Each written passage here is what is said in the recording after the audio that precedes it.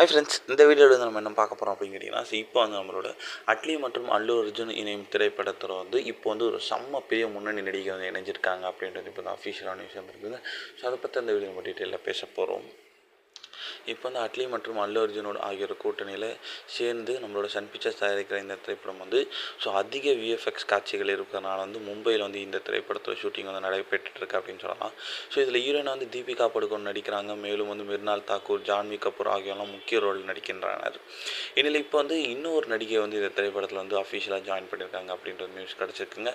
அதாவது நம்மளோட புஷ்பா திரைப்படத்தின் மூலமாக நம்மளோட அல்லு அர்ஜுன் கூட இணைந்த ராஷ்மிகா தான் வந்து இந்த திரைப்படத்துலேயும் வந்து நம்மளோட அல்லு அர்ஜுனுக்கு ஜோடியாக இன்னொரு வாட்டி நடிக்க போகிறாங்க அப்படின்ட்டு சொல்லப்படுது.